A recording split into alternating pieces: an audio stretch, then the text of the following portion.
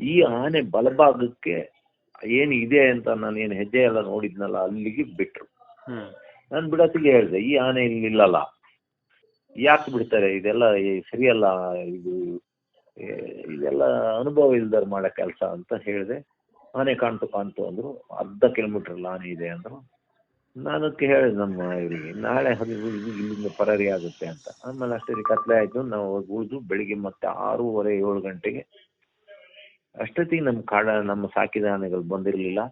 ಸಾಕಿದ ಆನೆಗಳು ಬರ್ತಾ ಇದ್ದಾವೆ ಅಂತ ಆಯ್ತು. ನಮ್ಮ ಜೊತೆ ಇದ್ದ ಇವರು ನಮ್ಮ ಯೂಟ್ಯೂಬರ್ ಇವರು ಅಲ್ಲಿ ಇಳ್ಕೊಂಡ್ರು.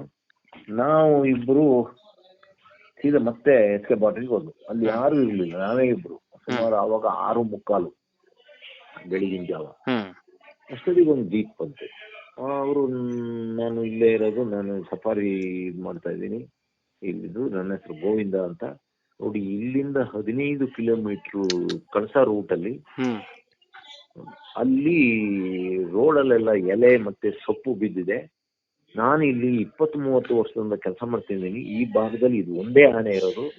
ಅಲ್ಲಿ ಸೊಪ್ಪು ಎಳೆದು ಹಾಕಿ ಹೋಗಿದೆ. ಅಲ್ಲಿಂದ ಮುಂದೆ ಹೋದ್ರೆ ಬಹುಶಃ ರೈಟಿಗೆ ಹೋಗಿ ಇಳಿದ್ರೆ ಅಲ್ಲೊಂದು ಕೆಳಗಡೆ ಒಂದು ಮಟ್ಟವಾದ ಜಾಗ ಇದೆ, ಅಲ್ಲಿ ಗ್ಯಾರಂಟಿ ಮಲಗಿರ್ತದೆ ಅಂತಂದು ಹೇಳಿ ಹೋದ್ರು ಅವರು. ನಾವು ಅಷ್ಟೊತ್ತಿಗೆ ಫಾರೆಸ್ಟಿಗೆಲ್ಲ ಫೋನ್ ಮಾಡಿದ್ರು, ಎಲ್ಲ DFO ಎಲ್ಲ ಬಂದ್ರು. ನಾವು ಬಿಟ್ಟು ಈ ಸ್ಪೀಡಲ್ಲಿ ಹೋದು. ಅಲ್ಲೊಂದು ಗಂಗಮೂಲ ಅಂತ ಆ ಜಾಗ, ಅಲ್ಲೊಂದು ಗಣಪತಿ ದೇವಸ್ಥಾನನೂ ಉಂಟು ರೋಡ್ ಸೈಡು, ಆ ಅಭಯಾರಣ್ಯದ ಮಧ್ಯದ ರೋಡ್ ಸೈಡು. ಅಲ್ಲಿಗೆ ಹೋದಾಗ ಅಲ್ಲಿ ರೋಡಲ್ಲಿ ಹುಲ್ಲು ಎಲ್ಲ ಬಿದ್ದಿತ್ತು. ಅದೇ ನಾವು ಮುಂದೆ ಹೋಗ್ಬೇಕಾದ್ರೆ ರೈಟ್ ಸೈಡ್ಗೆ ಆನೆ ತಿರುಗಿತ್ತು, ಲದ್ದಿನೂ ಹಾಕಿತ್ತು. ಅದು ಆನೆಗಳ ಲದ್ದಿನ, ಆ ಆನೆ ಗಾತ್ರ ಹೇಗೆ ಅನ್ನೋ ನಾವು ಅದನ್ನ ಡಿಸೈಡ್ ಮಾಡ್ಬೋದು. ಭಾರಿ ದೊಡ್ಡದು ಲದ್ದಿ. ಅದು ನಮ್ಗೆ ಗೊತ್ತಾಯ್ತು ಈ ಆನೆನೆ ಅಂತ. ಆಮೇಲೆ ನನ್ನ ಹತ್ರ ಕೋಲು ಒಂದಿತ್ತಲ್ಲ, ನಾನು ಅಲ್ಲಿ ಸ್ವಲ್ಪ ವೆಟ್ಟಾಗಿತ್ತು. ಜೊತೆಗೆ ಹಿಂದ ದಿವಸ ಮಳೆನೂ ಒಂದು 10-15 ಸೆಂಚ್ ಮಳೆ ಬಿದ್ದಿತ್ತು. ಹಿಂದ ದಿವಸ ಅಂದ್ರೆ ಶನಿವಾರ. ಆಮೇಲೆ ಕೋಲ್ ತಗೊಂಡು ಅಳತೆ ಮಾಡಿದೆ, ಸರಿ ಇತ್ತು. ಅಲ್ಲಿ ಕೆಲವೆಲ್ಲ ತಪ್ಪು ನಡೀತವೆ. ಈ ಹೈಯರ್ ಆಫೀಸರ್ಗಳು ಏನು ಅಂದ್ರೆ, ಈ ಕೆಲವರು ಸಾಮಾನ್ಯರ ಮಾತನ್ನೆಲ್ಲ ಕೇಳಲ್ಲ. ಒಬ್ಬ ETF ಮಾತನ್ನ ಕೇಳಲ್ಲ. ನಾವೆಲ್ಲ ಸಿವಿಲಿಯನ್ ಅಂತ ಅವ್ರಿಗೆ ಹೆಂಗೆ ಅಂದ್ಬಿಟ್ರೆ, ಅವ್ರ ಡಿಪಾರ್ಟ್ಮೆಂಟ್ ಅಲ್ದರೆ ಬೇರೆಯವ್ರು ಬಂದ್ರೆ ಉಟ್ಕೊಂತಾರೆ, ಆದ್ರೆ ನಮ್ಗೇನು ಮಾತಾಡಲ್ಲ. ಆಮೇಲೆ ನಾನು ಏನು ಹೇಳಲಿಲ್ಲ, ಯಾಕೆಂದ್ರೆ ನಾನು ಸುಮ್ಮನೆ ನಿಂತ್ಕೊಂಡೆ. ಅಲ್ಲೊಂದು ತೀರ್ಮಾನ ತಗೊಂಡ್ರು. ಅಲ್ಲಿಂದ ಸ್ವಲ್ಪ ಮೇಲೆ ಹೋದ್ರೆ ಅಲ್ಲಿ ಒಳಗಡೆ ಒಂದು ರಸ್ತೆ ಇದೆ. ಹಿಂದೆ ಆ ಭಾಗದಲ್ಲಿ ಟಿಂಬರ್ ಕಡಿದ್ರು, ಬಹುಶಃ ರಾಜರ ಕಾಲದಲ್ಲಿ, ಮೈಸೂರು ಮಹಾರಾಜರ ಕಾಲದಲ್ಲ ಏನೋ ಅಂತ ಅಭಯಾರಣ್ಯದಲ್ಲೂ ಟಿಂಬರ್ ಕಡಿದ್ರು. ಆ ಟಿಂಬರ್ ಕಡಿದ ರಸ್ತೆಗಳು ಇನ್ನೂ ಇದೆ. ಅಲ್ಲಿ ಜೀಪ್ ತಗೊಂಡು ಹೋದ್ರು. ನಾನು ನಮ್ಮ ಜೊತೆ ಇದ್ದರಿಗೆ ಹೇಳಿದೆ, ಅದು ಒಂದು ಹಳೆ ಮುದಿ ಜೀಪು. ಆ ಜೀಪಿನ ಸೌಂಡ್, ಅದೊಂದು DI ಇಂಜಿನ್ ಮಹೀಂದ್ರ, ಅದು ಅರ್ಧ ಕಿಲೋಮೀಟರ್ ದೂರ ಕೇಳಿಸ್ತದೆ. ಆನೆ ಭಾರಿ ಸೂಕ್ಷ್ಮ, ಅದರಲ್ಲೂ ಮನುಷ್ಯರನ್ನು ಸಾಯಿಸಿದ ಆನೆ, ಅದು ಮದ ಬಂದಿರೋ ಆನೆ. ಎತ್ತಿ ಬಿಸಾಕ್ಬೋದು. ಆ ಜೀಪಿ ಯಾ ಲೆಕ್ಕ ಆ ದೈತ್ಯ ಆನೆಗೆ, ಸುಮಾರು 6 ಟನ್ ಆನೆ, ಸುಮಾರು 10 ಅಡಿ ಎತ್ತರದ ಒಂದು ಆನೆಗೆ. ಆಮೇಲೆ ನಾನು ಅಂದೆ, ನನ್ನ ಬಾಡಿಗೆ ನಾನು ಹೇಳಿದೆ, ಏನು ತಲೆಸರಿ ಇಲ್ಲ, ಯಾಕೆ ಹೋಗ್ತಾರೆ, ಆನೆ ಎದ್ದೋಗ್ತದೆ ಅಂತ. ಇವರು ಅಂತ ಹೋದ್ರು, ವಾಪಸ್ ಬಂದ್ರು. ಅಲ್ಲಿ ಒಂದೇ ಜಾಗದಲ್ಲಿ ಆನೆ ದಾಟೋದು, ಅಲ್ಲಿ ದಾಟಿಲ್ಲ ಆನೆ ಅಂತ. ಅಷ್ಟೊತ್ತಿಗೆ ಬಂದ್ರು, ಮತ್ತೆ ಡಾಕ್ಟ್ರು ಬಂದ್ರು. ಡಾಕ್ಟ್ರು ಒಂದು ತಪ್ಪು ಕೆಲಸ ಮಾಡಿದ್ರು. ಯಾವುದೇ ಕಾರಣದಿಂದ ಸಾಕಿದ ಆನೆ ಇಲ್ದಲೆ ಯಾಕೆ ಆನೆ ಹತ್ರಕ್ಕೆ ಹೋಗ್ಬೇಕು. ಹೋದ್ರು. ಅದೇ ಮತ್ತೆ ಆ ಡಬ್ಬಾ ಜೀಪ್ ತಗೊಂಡು ಅದ್ರದ್ದು ಅವ್ರ ಜೊತೆ ಒಂದು 4 ಜೀಪ್ ಹೋದು, 2-3 ಜೀಪ್ಗಳು ಕಾಡೊಳಗೆ. ನನಗೂ ಸುಮ್ಮನೆ ಕೂರಕ್ಕಾಗಲಿಲ್ಲ. ಆದರೆ ಅಲ್ಲಿ ಅದು ರಿಸರ್ವ್ ಫಾರೆಸ್ಟ್. ನಮ್ಗೆ ಇಲ್ಲೆಲ್ಲ ಅದು ಕಾಫಿ ತೋಟ ಎಲ್ಲ ಅದು ನಮ್ಮ ಯಾರು ಕೇಳೋರು.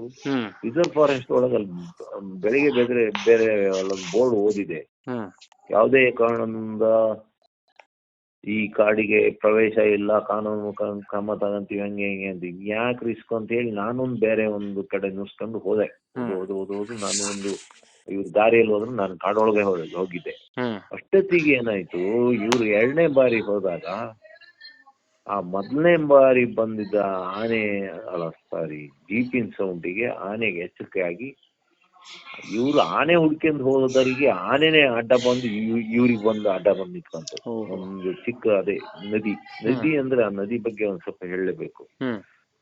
ಆ ಕಾಡು ಭಾರಿ ಫೇಮಸ್ ಆಗಿರೋ ಭಯಂಕರ ಪಶ್ಚಿಮ ಘಟ್ಟದ ಒಂದು ಅವೇದ್ಯ ದುರ್ಗಮವಾದ ಕಾಡು ಅಂದ್ರೆ ಭಗವತಿ ಕಾಡು. ಭಗವತಿ ಕಾಡೊಳಗೆ ಹೋಗಿ ಯಾವನು ಇಷ್ಟವರೆಗೂ ಬರಕ್ಕೆ ಸಾಧ್ಯ ಇಲ್ಲ ಅಂತ ಒಂದು ಭಗವತಿ ಕಾಡು. ಆ ಭಗವತಿ ಕಾಡೊಳಗೆ ಈ ಕರ್ನಾಟಕದ ಒಂದು ಫೇಮಸ್ ನದಿ ಒಂದು ಹುಟ್ಟುತ್ತೆ, ಅದೇ ಭದ್ರಾ ನದಿ ಭಗವತಿ ಕಾಡಲ್ಲಿ ಈ ಭಾಗ ಹುಟ್ಟಿದೆ. ಅಲ್ಲಿಂದ ಅರ್ಧ ಕಿಲೋಮೀಟರ್ ಆ ಕಡೆಗೆ ತುಂಗಾ ನದಿ ಹುಟ್ಟುತ್ತೆ. ತುಂಗಾ ನದಿ ಶೃಂಗೇರಿ ಕಡೆ ಹೋದ್ರೆ ಭದ್ರಾ ನದಿ ಈ ಕಡೆ ಬಂದು ಕಳಸದ ಮೇಲೆ ಹರಿಯುತ್ತೆ. ಆ ಭಗವತಿ ಕಾಡಿಗೆ ಆನೆ ಎಂಟ್ರ್ ಆಯ್ತು. ಇವರು ಡಾಕ್ಟ್ರು ಆ ನದಿ ಹತ್ರ, ನದಿ ಅಲ್ಲಿ ಸಿಕ್ಕಿದೆ, ಅದು ಉಗಮ ಸ್ಥಾನ ಅಲ್ಲ, ಅಲ್ಲೇನು ಅಗಲ ಹರಿತಾ ಇಲ್ಲ, ಒಂದು 20 ಅಡಿ ಅಗಲ ಹರಿತಾ ಇತ್ತು. ಆನೆ ಇವ್ರನ್ನೇ ಎದುರುಗೊಳ್ತಾ ನಿಂತಿದೆ ಎದುರಿಗೆ. ಯಾವಾಗ ಆನೆ ದಾಟಿಲ್ಲ, ಹೆಜ್ಜೆ ಇಲ್ಲ ಅಂದಲ್ಲಿ ಅಲ್ಲಿ ಇವ್ರ ಆನೆ ನೋಡಿ ಆನೆ ಮೂವ್ ಆಗ ಶುರು ಆಯ್ತು. ಇವರೆಲ್ಲ ವಾಪಸ್ ಹೊರ ಬಂದ್ರು. ಆದ್ರೂ ಒಬ್ರು ಫಾರೆಸ್ಟ್ ಡಿಪಾರ್ಟ್ಮೆಂಟ್ಗೆ ಒಬ್ಬ ಸಮರ್ಥ ಧೈರ್ಯಶಾಲಿ ಒಬ್ಬ ಆಫೀಸರ್ ಬಂದಿದ್ರು. ಅವ್ರ ಬಗ್ಗೆ ಮಾತಾಡ್ಲೇಬೇಕು. ಅವ್ರಿಗೆ ಕರಿಕಾಳನ್ ಅಂತ, ನನ್ನ ಹೆಸರೆಲ್ಲ ಕೇಳಿದ್ದೆ, ಆ ವ್ಯಕ್ತಿ ನಾನು ನೋಡಿರ್ಲಿಲ್ಲ. ಅವ್ರ ಬಹುಶಃ ಉಡುಪಿ DF ಅನ್ನೋ CCF ಎಂಥದ್ದು ಆಗಿರ್ಬೋದು, ಉಡುಪಿ ಜಿಲ್ಲೆಗೆ ಇರ್ಲಿ. ಅವರು ಹೋದ್ರು ಒಳಗಡೆ. ಅಷ್ಟೊತ್ತಿಗೆ ಆನೆ ಮೂವ್ ಹಾಕ್ಸು ಆಯ್ತು, ಎಲ್ಲ ವಾಪಸ್ ಹೊಡ್ಬಂದ್ರು. ಆಮೇಲೆ ಅಷ್ಟೊತ್ತಿಗೆ ನಮ್ಮ ತಜ್ಞರು, ಅಂದ್ರೆ ಹೆಜ್ಜೆ ನೋಡ ತಜ್ಞರು ಅನ್ನೋದು ನಾನು, ದುಬಾರಿಯಾದ ನಮ್ಮ ಈರಣ್ಣ ಟೀಮ್ ಬಂತು. ಈರಣ್ಣ ಬೆಕ್ಕು ಹೋದಂಗ ಹೋಗ್ತಾನೆ, ಅದು ಚಪ್ಪಲಿ ಕೈಯಲ್ಲಿ ಇಟ್ಕೊಂಡು. ನಾವೆಲ್ಲ ಕಾಡೊಳಗೆ ಹೋಗ್ಬೇಕಾರೆ ಗಟ್ಟಿ ಶೂ ಹಾಕಿ ಹೋದ, ಎಲ್ಲಿ ಮುಳ್ಚಿರ್ತವೆ ಅಂತ. ಆದ್ರೆ ಈರಣ್ಣ ಚಪ್ಪಲಿ ಕೈಯಲ್ಲಿ ಇಟ್ಕೊಂಡು ಹೋಗೋದು ಶಬ್ದ ಆಗ್ತದೆ ಅಂತ. ಈರಣ್ಣ ಟೈಮ್ ಹೋಯ್ತು. ಅದ್ರ ಜೊತೆಗೆ ನಮ್ಮಲ್ಲಿ 3 ETF ನವ್ರು ಬಂದಿದ್ರು, 3 ಭಾಗದವರು. ಬೇಲೂರು, ಆಮೇಲೆ ಆಲ್ದೂರು, ಆಮೇಲೆ ಎನ್ನಾರ್ಪುರದವರು. ಇವರೆಲ್ಲ ಬಾರಿ ಸಮರ್ಥ. ಇವರು ಇಡೀ ಕರ್ನಾಟಕದಲ್ಲಿ ಇವ್ರ ಮುಂದೆ ಯಾರೂ ಇಲ್ಲ, ಧೈರ್ಯಶಾಲಿ ಹುಡುಗರು. ಅದರಲ್ಲೂ ಆಲ್ದೂರ್ ಭಾಗದ ಹುಡುಗರು ಇದಾರಲ್ಲ, ಅವ್ರಂತೂ ಅವ್ರದ್ದು ಒಂದು ಟೀಮ್ ಆಯ್ತು. ಆಮೇಲೆ ನಾನು ಅಲ್ಲೇ ಸ್ವಲ್ಪ ಹೊತ್ತಿದ್ದನು, ಕಾಡೊಳಗಿದ್ದಾನು. ಇವರೆಲ್ಲ ಜೀಪ್ ಹೋದ್ ಕೂಡಲೇ ನಾನು ನಡ್ಕೊಂಬಂದೆ. ಇವರೆಲ್ಲ ಜೀಪಲ್ಲಿ ಹೋದ್ರು, ನಾನು ಕಾಡಲ್ಲಿ 1 ಕಿಲೋಮೀಟರ್ ಒಳಗೆ ನಡ್ಕ ಹೋಗಿದ್ದೆ. ಇವರೆಲ್ಲ ರಸ್ತೆಯಲ್ಲಿ ಹೋದ್ರು, ನಾನು ಕಾಡೊಳಗೆ ಹೋಗಿದ್ದೆ. ಜಿಗಣೆ ಸಿಕ್ಕಾಬಿಟ್ಟೆ. ಆಮೇಲೆ ಮೇಲ್ ಬಂದಾಗ ಏನಾಯ್ತು, ಈ ಹುಡುಗರ ಮೇಲೆ ಅಟ್ಯಾಕ್ ಮಾಡ್ಬಿಡ್ತು, ನಮ್ಮ ಆಲ್ದೂರ್ ಹುಡುಗರ ಮೇಲೆ. ಆಲ್ದೂರ್ ಹುಡುಗರು ಇವರೆಲ್ಲ ಒಟ್ಟೊಟ್ಟಿಗೆ ಇದ್ರು. ಸ್ವಲ್ಪದ್ರಲ್ಲಿ ತಪ್ಪಿಸಿ ಒಂದು, ಇಲ್ಲ ಅಂದ್ರೆ ಅವತ್ತು ನೆನ್ನೆ ಕಾಡೊಳಗೆ ಇನ್ನೊಂದೆರಡು ಹಂಗಾಗ್ಬಾರ್ದು, ಆದ್ರೆ ಇನ್ನೊಂದೆರಡು ಆಗ್ಬಾರ್ದು, ಏನೋ ಆಗಿ ಹೋಗ್ಬಿಡ್ತಿತ್ತು. ಓಡಿ ಬಂದ್ರು. ಆಮೇಲೆ ಬಾರಿ ಬೇಜಾರು ಮಾಡ್ಕೊಂಡ್ರು, ನಮಗೊಂದು ಗನ್ ಕೊಡ್ತಾ ಇಲ್ಲ ಅಂತ. ಫಾರೆಸ್ಟ್ ಡಿಪಾರ್ಟ್ಮೆಂಟ್ ಅಲ್ಲಿ ಆ ಭಾಗದಲ್ಲಿ ಸೌತ್ ಕೇಂದ್ರದವರು ಎಲ್ಲ ಒಂದು ಕಡಿಮೆ 40-50 ಜನ ಇದ್ರು. ಎಲ್ಲ ಕಾಕಿ ಬಟ್ಟೆ ಹಾಕಿದ್ರು. ಒಬ್ಬ ಒಂದು ಕಾಡೊಳಗೆ ಕಾಲಿಡ್ತಿರ್ಲಿಲ್ಲ.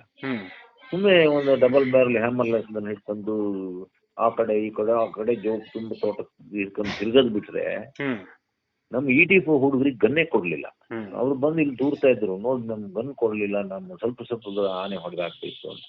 ಆ ಗಡಿಬಿಡಿಯಲ್ಲಿ ಏನಾಯ್ತು ಅಲ್ಲಿ. ಆಮೇಲೆ ಮತ್ತೊಂದು ವಿಷಯ ಹೇಳ್ತೀನಿ, ಅಲ್ಲಿ ಸುತ್ತಮುತ್ತ ಕಡಿಮೆ ಅಂದ್ರೆ ಒಂದು 10 ಕಿಲೋಮೀಟರ್ ಸುತ್ತಳತೆಯಲ್ಲಿ, ಹತ್ತಲ್ಲ ಒಂದು ಏರಿಯಲ್ ಡಿಸ್ಟೆನ್ಸ್ ಒಂದು 15-20 ಕಿಲೋಮೀಟರ್ ಅಲ್ಲಿ ಯಾವುದೇ ಇದು ನೆಟ್ವರ್ಕ್ ಇರಲಿಲ್ಲ, ಯಾವ ಸಿಮ್ಮು ಇಲ್ಲ, ಯಾವ ಸಿಮ್ಗಳು ಇಲ್ಲ, ಕೆಲಸ ಮಾಡ್ತಿರ್ಲಿಲ್ಲ. ಹಾಗಾಗಿ ಇವರೊಂದು ವಾಕಿ ಟಾಕಿ ತಗೊಂಡೋದು ಬಿಟ್ಟು ಓಡ್ ಬಂದಿದ್ರು. ಅದನ್ನ ತರಕ್ಕೆ ಅಂತ ಹೋದಾಗ ಇವ್ರ ಅದೃಷ್ಟ ಎಷ್ಟು ಚೆನ್ನಾಗಿದೆ ಅಂದ್ರೆ, ಆನೆ ಇವರು ಬಂದಿದ್ದು ಗಮನಿಸಿ ಕಾಡಿಂದ ಹೊರಗೆ ಬಂದಿದೆ.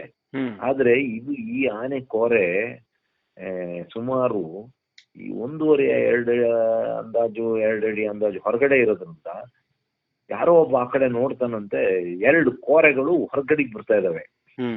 ಅಂದ್ರೆ ಸ್ವಲ್ಪ ಓಪನ್ ಜಾಗಕ್ಕೆ.